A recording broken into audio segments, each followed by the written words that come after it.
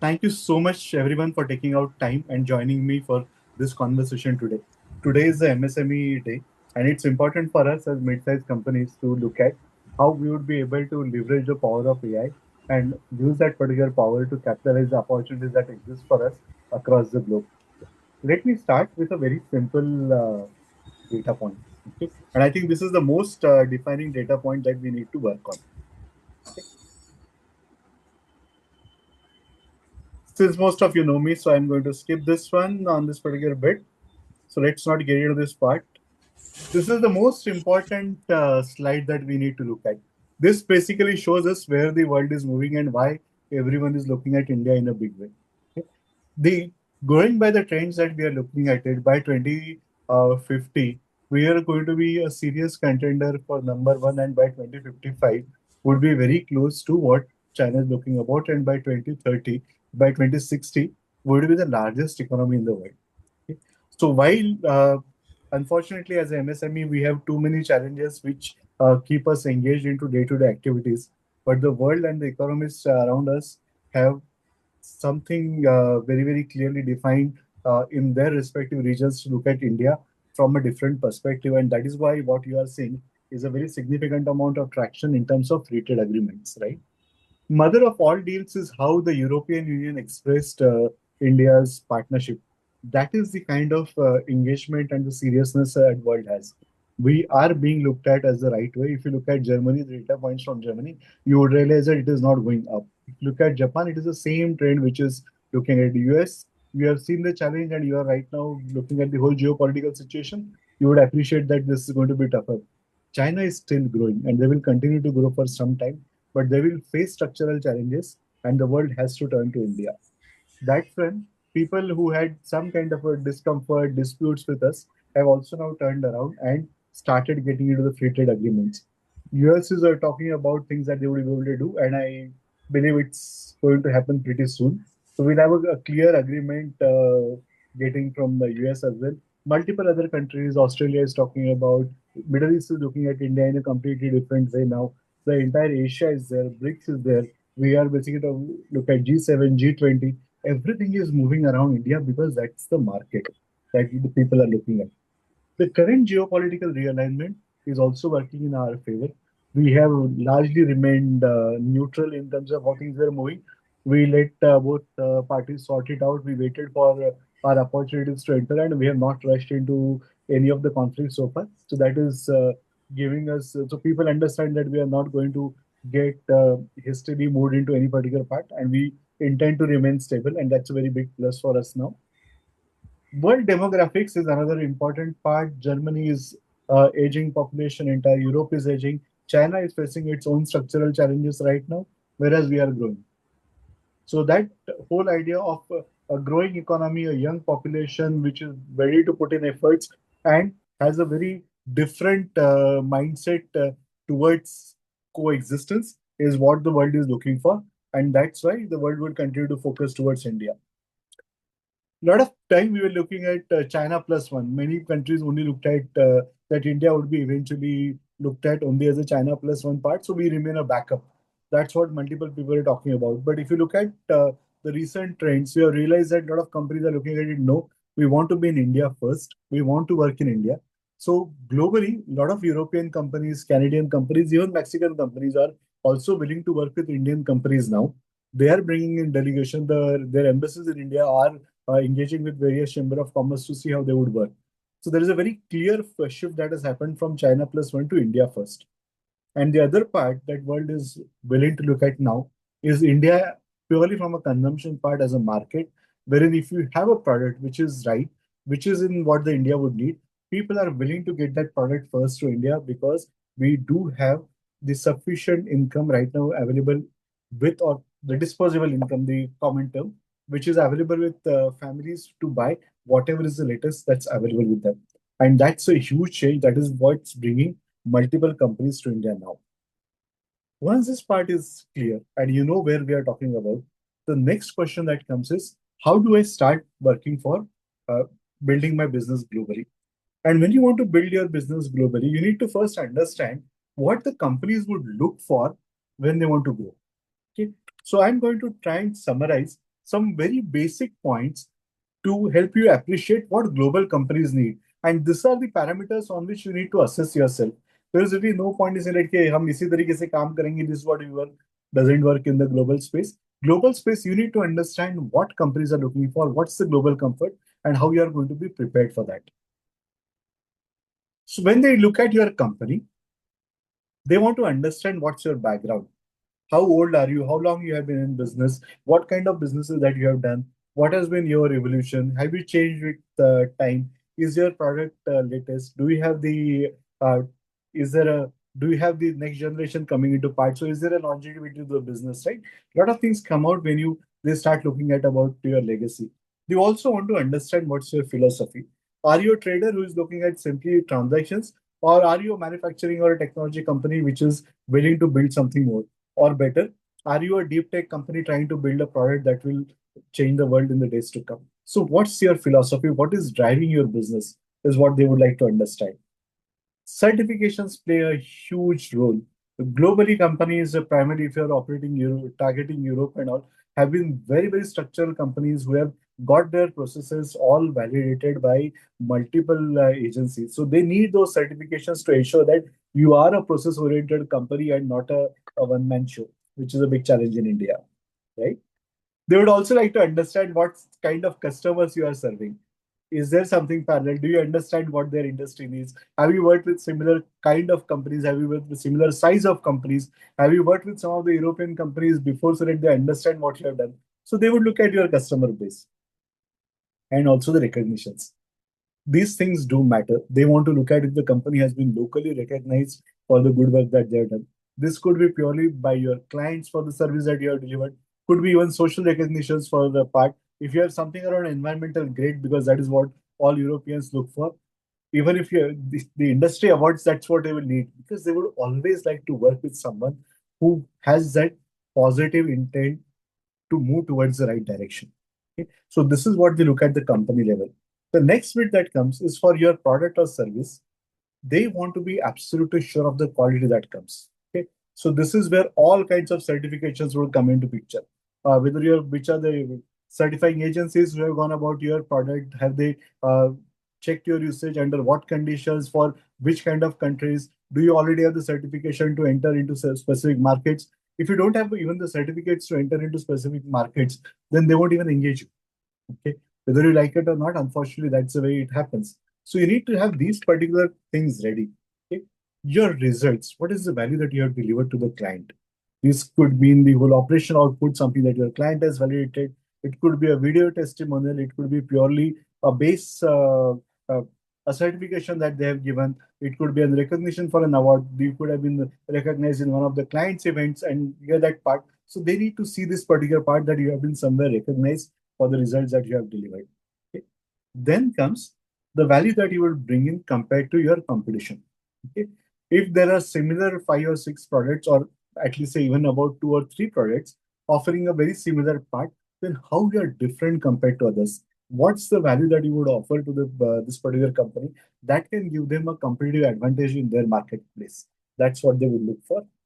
And where do you fit in the value chain? This is very important because they want to understand that if it is going to be somewhere that's going to be part of your product is going to be part of the ultimate solution and then come to them, or is it something that can directly be used by them? Within your own value chain also, are you an assembly company or your manufacturing company? Are you a technology company? So where do you sit in your own product value chain is also something the companies would look for.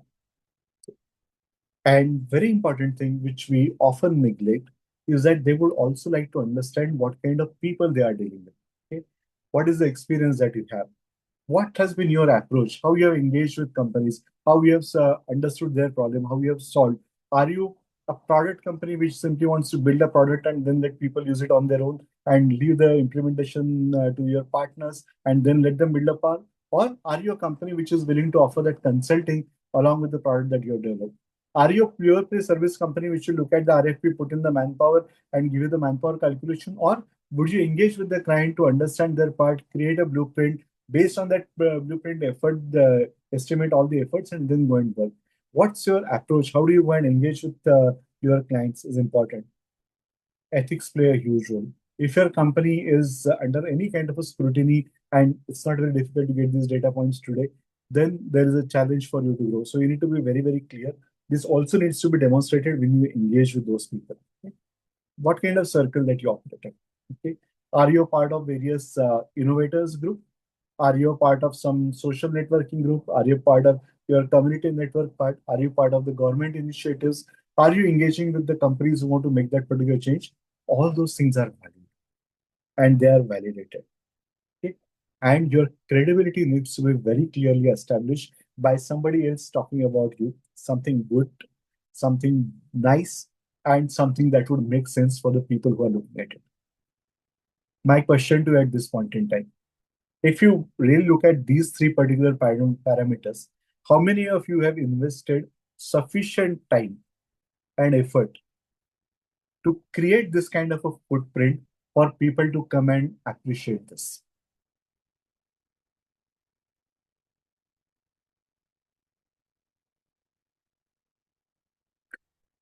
If somebody goes out and makes a search on LinkedIn, right?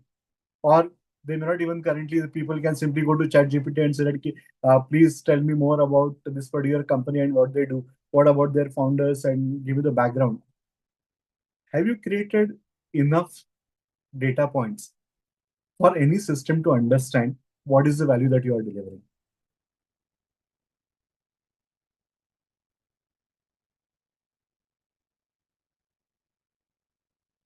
Do you agree with these points, or you feel that I'm missing out something, I should be including something? What is your perspective?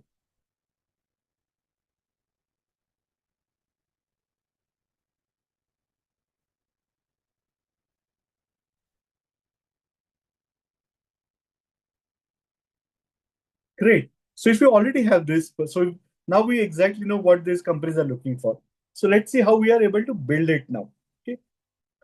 So when you want to grow global, I believe that we can actually go and look at a simple four-stage process. Okay. This is what wherein we'll answer the second question in how you would be able to work. The first thing that you need to look at is purely from your internal preparation perspective. How do you look at changing your mindset to look at the global growth? How would you work with your product or services? What kind of resources that you need? How you are going to create your digital presence? Then we will look at how you would go and make an assessment for you to be to look at it, which is the right target market for you. How you can go and enter in this part. What's your growth plan for this part, and what are the kind of investments that you would need. Then we look at how you can enter this particular market, how you can go and build your proposals, how the negotiations would happen, and how you can ensure that you are getting your first clients. And once you have that, then we'll get into the acceleration mode when we talk about how you can go and create your company, build your local presence, and then work on this part. So this is a four-stage process that we will walk through now for you to build your business from the local success to a global success. Preparation. Okay. So preparation for global growth starts with your own mindset. Okay. You need to start thinking about what does it take for me to be recognized on the parameters. See, generally when you're operating in India, you have created a circle of influence, you have created sufficient footprints for you to go and work with multiple people. So they know you, they will approach you. There is a lot of difference in which people will work and engage with you, right? So the references and all would play a huge role when you're working in India. But the moment you want to go and talk to a global company, they start evaluating you from a completely different parameter. So the first thing that needs to change is your mindset needs to be ready that I'm going to work with a global company. And for those global companies, whatever it takes in terms of digitalization, training my own people, defining my processes, standardizing my processes, whatever the effort that is required to take my business globally, I am ready to make that effort. That's the first step. Only and only when you are mentally ready for that particular growth, then things start. So that's the first part that you need to convince yourself and be absolutely sure that you are willing to go through the complete pain of changing, and then you are going to reap the great rewards at the end of this process. But it will start with your mindset. Once you are clear with this, then we can actually get into the real brass tacks. So when you have the product and services, you a lot of times any standard company will start with one particular problem statement They'll start engaging with the customer. They get one level of success. Then the client comes back with the second challenge. You go and address those particular part. Then the third part. Then you start getting references, and this is how you evolve as a company. So you have multiple clients with multiple parts. I know a company which has about 200 solutions with them. Okay. Over last 10 years, they have built about 200 solutions. So now when you go and talk to them and tell them what is the problem that you are solving, he said, नहीं sir आप हमको कोई भी application दे दो हम उसको बना के दे देंगे आपको. आप मुझे बोल दो कि नहीं नहीं हमको ये करके चाहिए हम आपको बेसिकली पूरा सिस्टम बना के वो जैसा आप बोलोगे वैसा करके दे देंगे. So the service, the problem that you're solving is primarily that the promoter's ego of saying that "Ke, my way or the highway." But you are not bringing him towards standardization, you're not helping him address any one particular part. So you need to be very clear that if you are a supply chain company, what is it the problem that you are solving? You need to be very clear part. Then you need to also understand how your solution differentiates from the rest of the part. Is it purely based on technology? Is it the case that you have right now integrated AI into the part? That's your differentiation. Is your industry understanding the advantage for you? That is something you need to very, very clearly define. Your your assessment of the industry, your technology capabilities, your evolution of the solution over a period of time. Any of this particular thing can be a differentiation, but you need to be very, very clear about what exactly differentiates you from rest of the part. Then get your solution validated. Get your customers to confirm that this is what they have delivered. Get your product certified for DPDP or GDPR. If you want to get into Europe or any of the countries, unless you have the certifications, you will not be able to go. Okay. You need ISO, you need CE certifications. The moment you look at any, if you want to go to the Gulf, you would need the local certifications for that. Get everything done if you want to go for that market. It's very important for you to do. You need to get, you need to build case studies. You have worked with the client, you have delivered amazing results to them. You need to document that particular part and show the world that this is the impact that you have delivered. It's very clear for that to happen because unless you have a customer assuring the rest of the audience or your potential customers that this is what the value the company has actually delivered for me, there is no reason, there is no way for them to believe that. So somewhere you need to go document everything, get that communication from the customer, and then go tell everyone that this is the value that we have actually delivered. Very important step for you to do. And then get your organization certified. You need for this for environmental part, get your Bosch compliances in place, get all your ISOs in place. It's very important for you to have all those certifications, great place to work, CMMI, whatever, depending on the category that you are delivering, you need to have all those certifications to establish your natural tendency towards running a professional organization. That is what you need. That's what you need in first place when you want to go into a global market. You need good team. You need people with all the requisite skills and communication. Communication very specifically because when you want to grow and work with, talk to someone, they would have a different accent. They may use different languages. They would have a different style of writing. Some words would carry, some words typically are used in very different contexts across the world. So you need somebody who would understand those particular part, use only the right kind of words in business communication. Okay. Generic language, what is seen on the movies and web series may not be the right way to go and communicate. So you need people who would be able to put in those right information, right words, right structures in your email and all the communication. So you need that particular part. And you also need to be prepared in terms of investment for this preparation part, that certifications, working approvals, and also execution, because you would need to invest to get into that particular market and work. That is something which is a must. And then you need to start working on the digital presence. You need a very simple but presentable website. Nobody looks at a very flashy website that takes ages to load. You need a simple part that communicates what you stand for. Simple website, simple structure, direct messaging on your value proposition is all that they look at it. Also, LinkedIn plays a huge role currently. So you need to have the founder's profile very clearly defined. Everything that do, your success stories, your values, your insights, they need to be there on LinkedIn. Similarly, you need a proper company page on LinkedIn, and that also has to work correctly. And that has to be followed by the structure for your team also, because they need to know that the team is there on LinkedIn, posting what the company means for, not only open to work titles. Okay. So it is not So if you only see that there are four people on from the company and all of them are into open to work mode, which means that somewhere these things are not going right for the company. So you need your people to be present on LinkedIn, posting and reposting your company part, commenting on what you're doing, connecting you with the relevant part. That you need to create that entire digital presence for you to be correctly seen by any third party who is assessing you independently. Okay.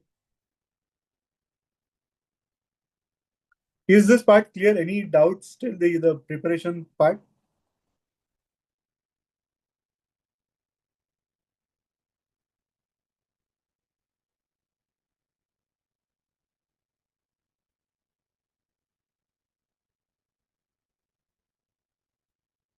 Once you're done this particular preparation, let's look at how you can go and assess yourself.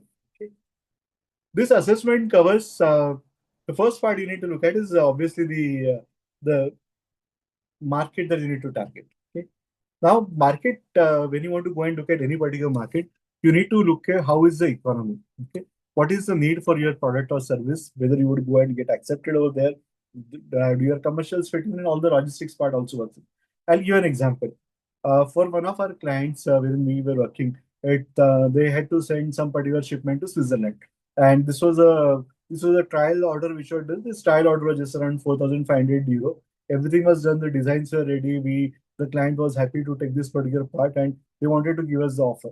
So when the offer was prepared, they were happy. We were almost about 12% below what they were there. So they said, okay, let's look at this. And now you give us that. What would be the shipment cost? When we looked at the logistics cost, the cost of delivering those products, because the components are a little big and very light on the weight, but the size was bigger, that cost was more than the cost of the product itself. Okay. So ultimately, we are not able to deliver that particular unit just simply because it did not fit into what the sizing was not as per what the shipment is, or rather the logistics companies are looking for. Simply because of a special size, the cost of logistics went in a very completely different way, and the client then subsequently sourced them at almost about 25% higher on within Europe. But still, it worked out to be cheaper because the cost of logistics was just going simply double. So it is important for you to look at, so what is the product in which kind of a market at what rate? Okay. Acceptance of your product and your company. Most of the European companies generally are very comfortable working with Indian companies, right? However, certain parts of Europe still have some reservations. Okay. US currently is at a very different level.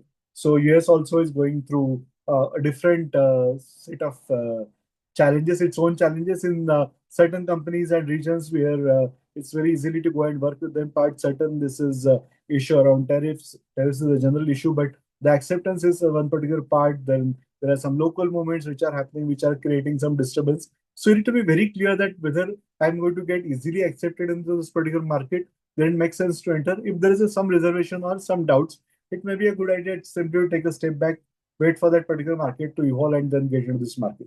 So you need to be very, very clear that this is my product, this is where I want to go, this are the set of people who would need it, and only under these circumstances I can go and sell this effectively. If it is not going to happen, we take a step back. Clear. How you are going to go enter that particular market? The best idea, wherever you want to look at it, is to have somebody to work with when you are entering that particular market.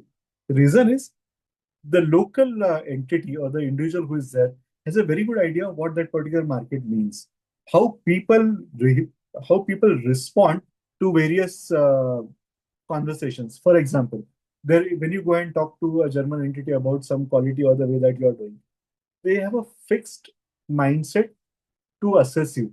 Okay, you when you go and show your product photographs and then they see if the certain things are not seen correctly in terms of the safety, they may say they may or may not tell you upfront on your part, but they would at the back end then the person sitting with you can sense that okay, he will not be comfortable with this.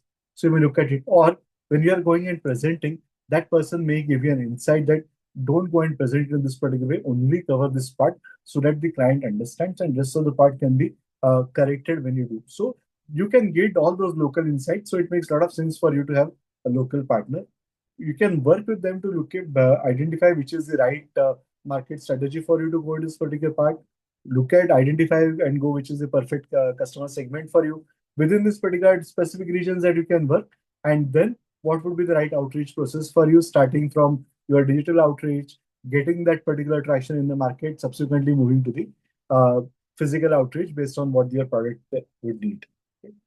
Then you prepare a proper growth plan, which should start by getting you some reference clients to begin with.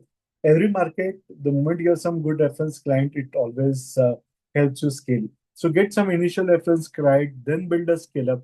Keep on tracking how your interactions happen. Keep on calibrate what your working is, and then keep on building the resources that you need to survive and to grow in that particular market.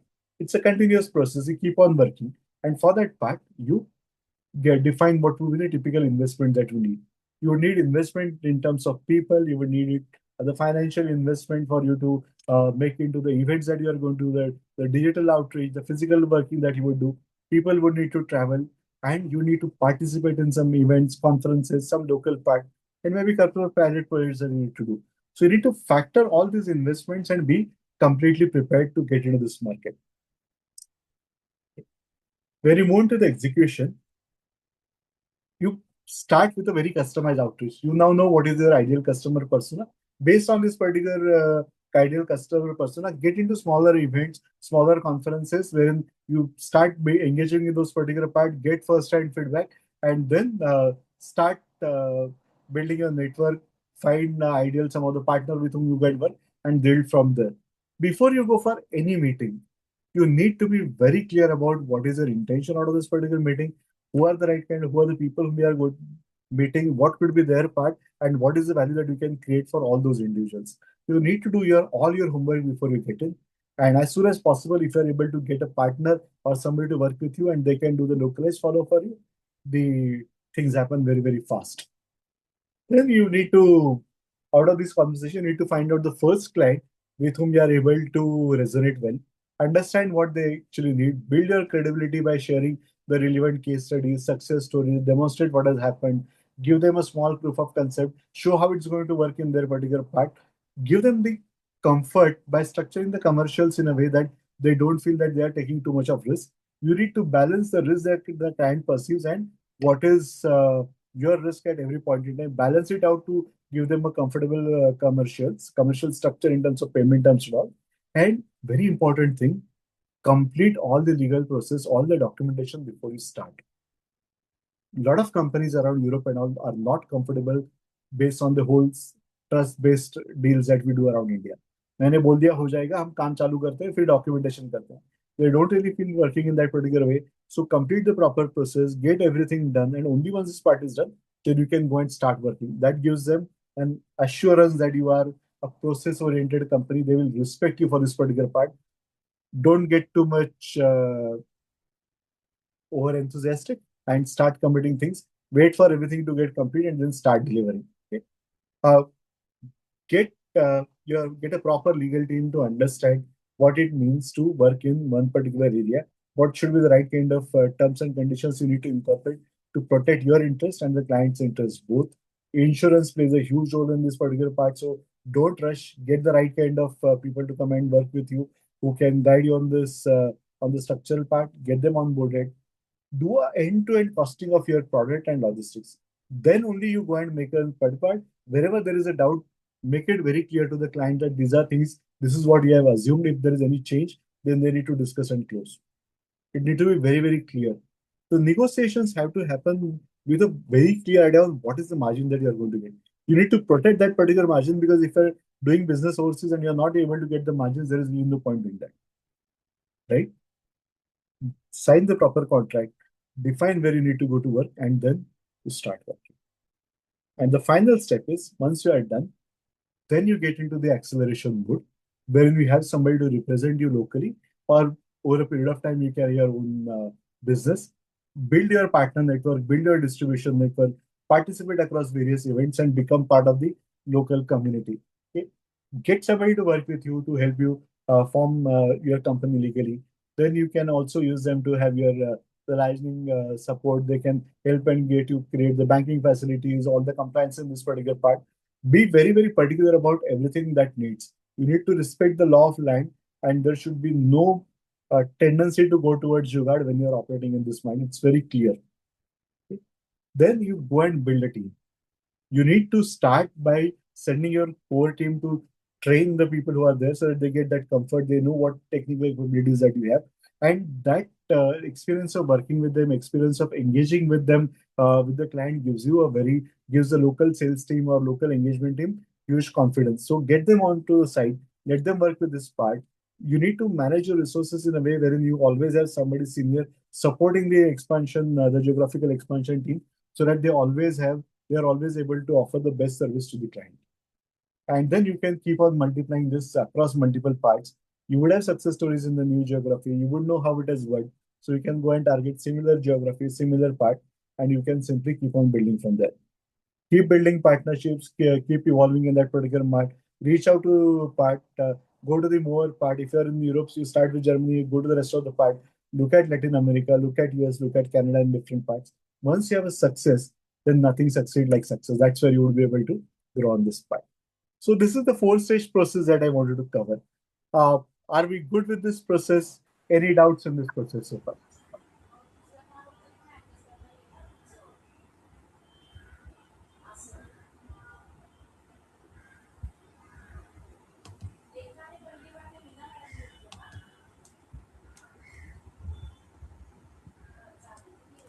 Awesome. So now let me come to the most critical part. Okay? How we are going to leverage AI for this growth. Okay? So I'm going to link this entire conversation to what we have started and where we start from. The first thing that you need to go and start is about your perception. Okay.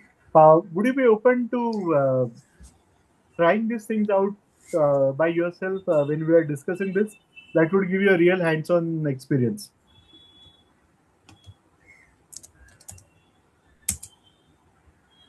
Awesome. So you can go and open Perplexity.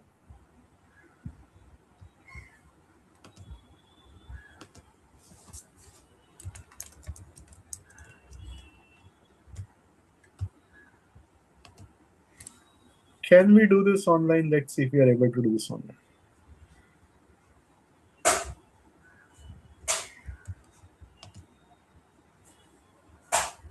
So what I'll try and do is that I'll try and do this with Gemini on my system.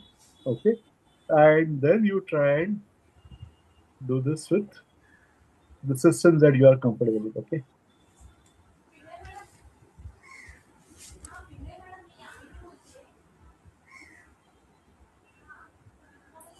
Perfect.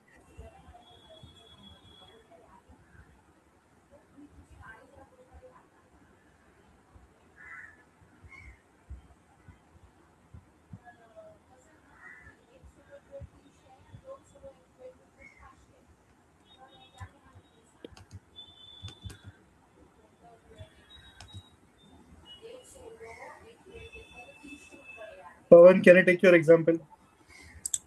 Yeah, sure.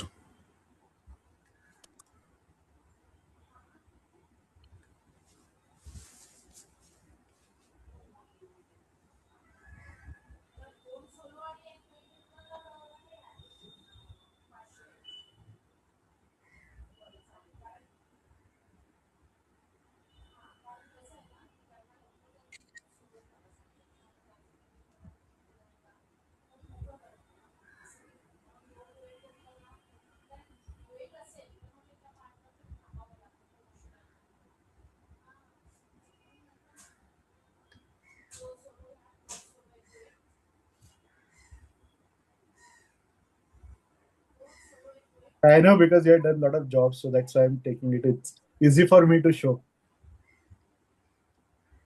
Yeah.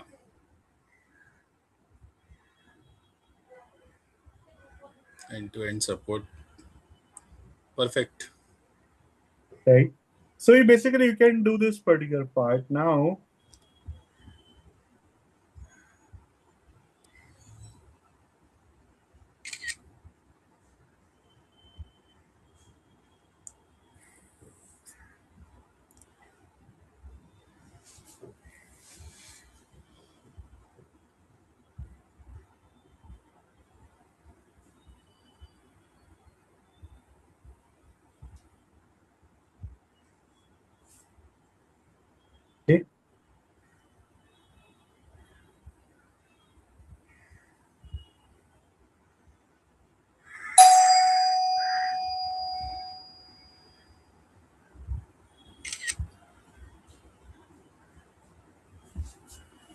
Now I'm coming to the part, right? So just going a little deviation from what you have done. So you can try this with all your part, right?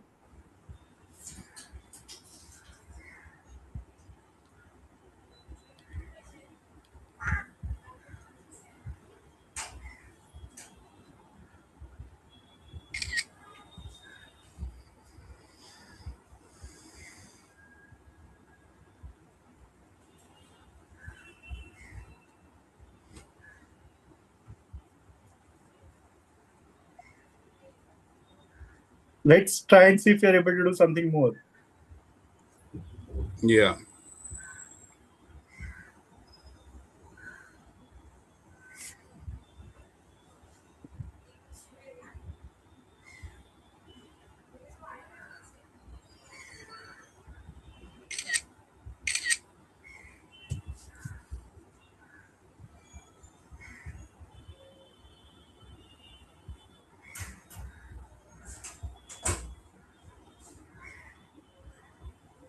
Okay, this is what you have. Okay. What is this? So these are the 20 companies which are using B1. Where in Germany? Yes, sir. Oh, makes life easier, na? True, right? So I just wanted to show you that it is possible for you to use this in doing some simple part, right? Sorry. So this gives you the ability to go and do a lot of search. Okay. Now, how you are perceived. So I just little jump the gun. Sorry, just a bit. Hiren bhai, I 100% agree with you. So what we tend to do is,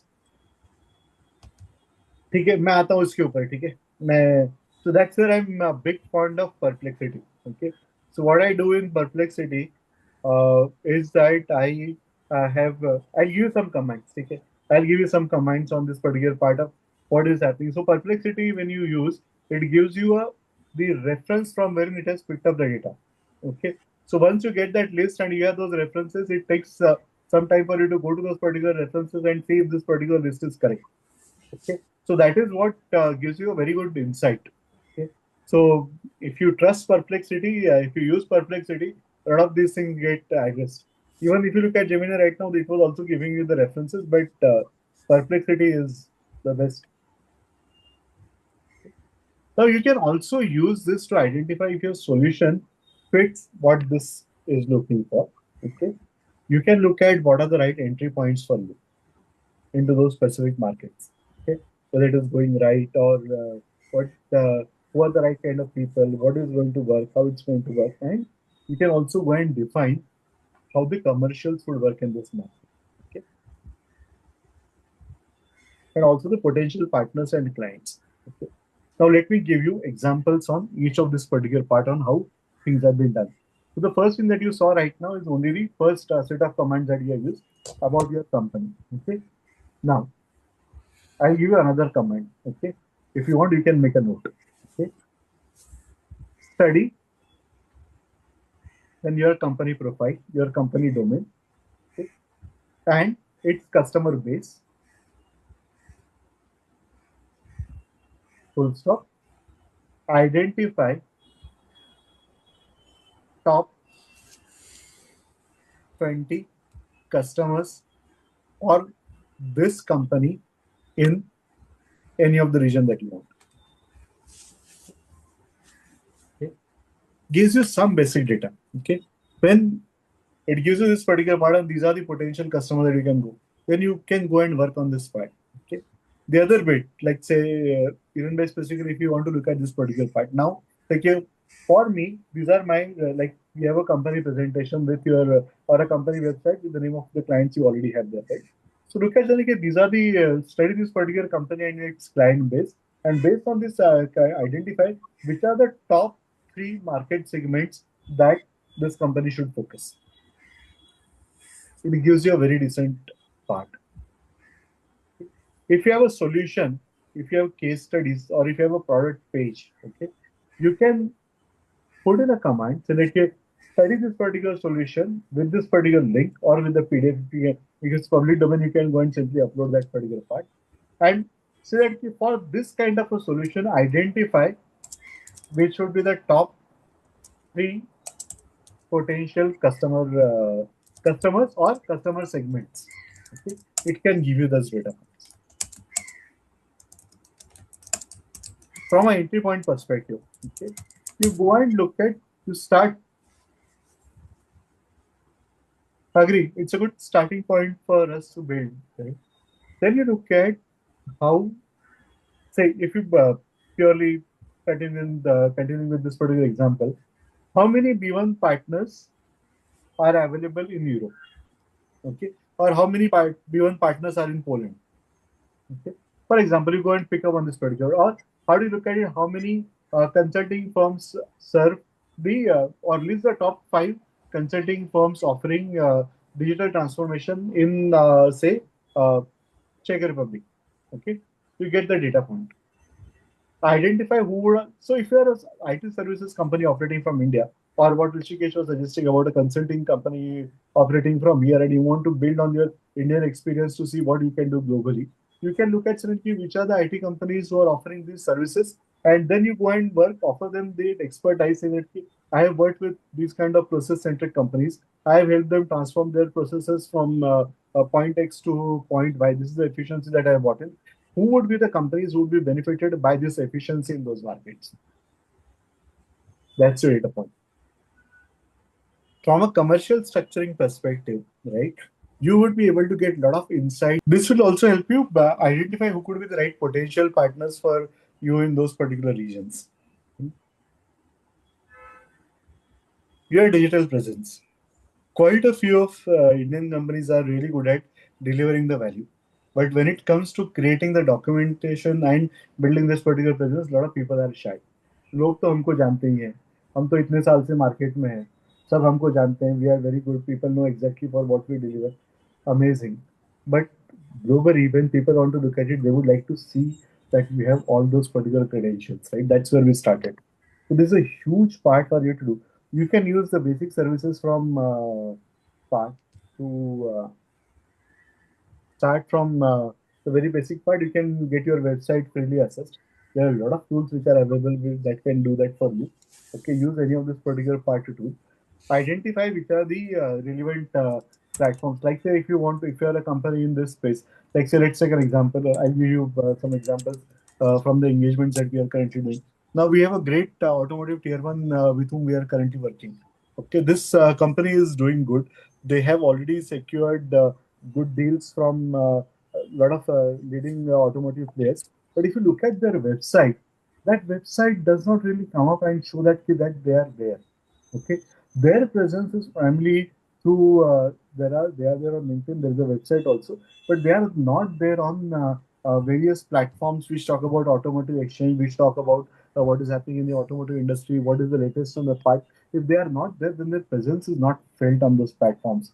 So you can then look at AI, leverage the power of AI to see where all people are presenting their views, how you can be there, what are the cases that you can go and do.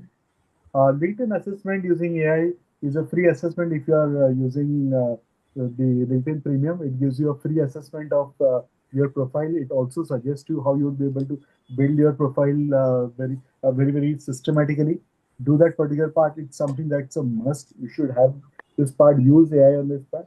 It needs to be for all the three stakeholders. Okay, you need the management to have a proper profiles. You need to have a company profile, and your team also needs to have a presence on LinkedIn. For anybody who comes, visits your page and sees what you're all about, they get a feel that this is a proper company with number of people involved at a senior level who are involved. They have their presence, they have some opinion, they have some value, they have some expertise, they have some certifications. Everything needs to be seen. And the only way it is seen today is by having those presence, because people have not even visited you, right? They have not even seen you. So there is no way for them to go and assess. So the only way they can do is by ensuring that you have the right presence. The amazing advantage that it offers to MSMEs. In India, we have a lot of people who have worked, grown with the mid-sized companies They have grown well. They have amazing technical understanding. But when it comes to English as a language, there is an issue. Okay? So this particular using AI is something that basically neutralizes this disadvantage for MSMEs. Okay, if you're somebody who knows the basic language, you will be and have a very good understanding of the product that you're doing, the value that you are creating. You can use various prompts to go and create your marketing materials, right? You can have a proper brand decided. You can work with the consultant, or you can look at as to how your company needs to be positioned. Work on this particular part to build your brand, right? That you can do your client communication, your email exchange. It's very simple for you to use Copilot for writing your email, responding to your email. It gives you very, very simple ways of understanding, defining what really means. It summarizes the large mail. It makes life much simpler for your best of resources who exactly know what they need to do but lack the language skills. It's a huge boon for them. Okay? During the conversations, also, you can use AI tools to look at translations, understanding more, see what they are happening. If you are chatting with somebody, you know what they're happening, get this particular part, understand the insight. If you're not sure about some sentences, know what they mean, and then go and communicate. Huge part, and you can also use this for all your internal communication. Okay, bring your people up to speed. Use AI as a common platform. Let your entire team. People are using AI anyway, right? So there is really no way that you can stop from letting them use. Okay? So they are going to use AI. So why not basically let them use AI fully and get the best of this part? Okay, this is the power of AI. I would like you to leverage. Are you comfortable? Any thoughts at this process? What you would like to, or anything that you would like me to cover or explain more?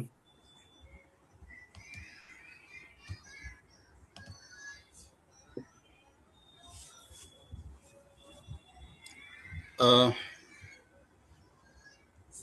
Sharad sir, apart from the Europe and the US and Australia, all those countries, Yes. anything better opportunity where the market is yet to mature and there is a lot of scope there, like maybe Vietnam or Indonesia? How is the scope over there? These are also very open market. They are changing. A lot of Indian companies are right now looking at these markets. So they are also very open market, very good from a lot of perspective. Even a lot of food companies are also focusing on that market currently. Those are good markets. Okay, good. Yeah. From the One thing that you need to, sorry, go ahead, so Pawan. the perspective of like future, because most of the economies are like mature economies, maybe this could be the next growing economies, and it will be useful to concentrate on them right now. I agree with you. It would make a lot of sense to be present in those particular markets, but you would need to appreciate that. See, there is one particular thing which is happening around here, Pawan, which is about jumping the learning curve. Okay, many companies over a period of time, Europe grew in a certain way, US built in a certain way. What is happening in Asia is that across Asia, people are very smart, very optimization oriented, right? So these companies are also right. Countries, people in these countries are also picking up technology in a very good way, and a lot of them are looking at what is best for them and working. So currently, if you look at the whole Asia part or the eastern part particularly, a lot of them have already moved to open source technologies in a big way.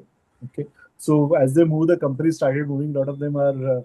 You would find ERP Next and Odoo of the world having a very substantial presence in those particular part. A lot of startups have started on those particular platforms already.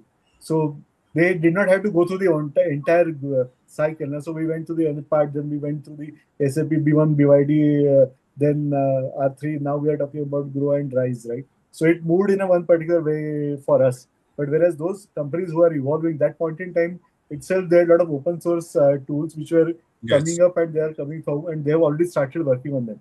So it's a very different part.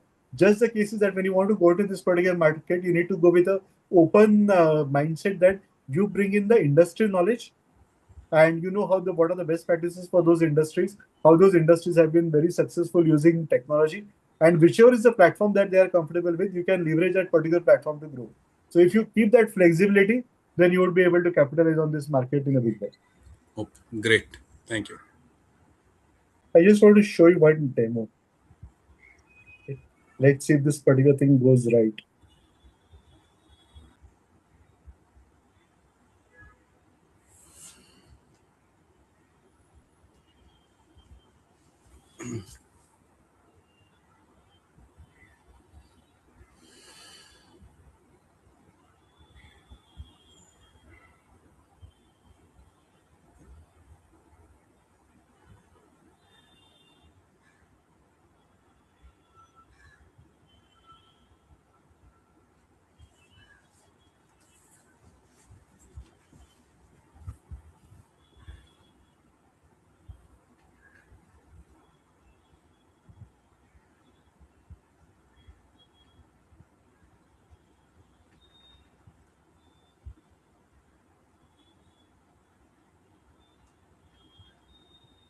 Kiran bhai, so if you basically put in one particular data point, right?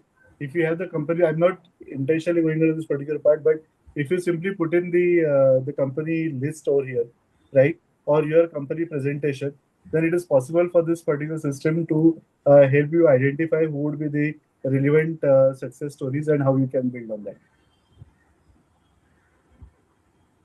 तो company presentation और solution slide अगर आपने add कर दिया ना, so it goes across all this particular part, also finds out who are the people who would be looking at those specific requirements and gives you the list of brings you those particular part, or if there are any conversations which are happening, they also brings on this particular part. This is what you can do. You can also build an agent on cloud and do a lot more things with that, but primarily even with the basic use of Perplexity, you would be able to build up a lot of data points where populate a list of people you need to go and reach out to and then go and work with them. What kind of manufacturers are more looked forward to in countries like Europe, in spaces like Europe and America, where what kind of manufacturers they prefer to have from India? Is there anything on that? So that, Engineering companies currently, pardon, engineering companies, engineering. people who are building the new age technologies, yes. New products for this particular part, environmental part, they're looking at it. They would also be, they are also currently looking at companies, even automotive tier ones is also open space currently. Companies who are willing to build, say, limited batches for them for their experimentation, like for R&D part, like say if you're doing some experimentation around electric mobility or hydrogen mobility, then they would look for partners who can do that joint development with them. Okay, okay. Thank you, everyone. That's all I wanted to cover right now in terms of what we are able to create through preparation with the network. And the part, you already have the coordinates, you have the data points here. So thank you so much for taking out time and joining me today.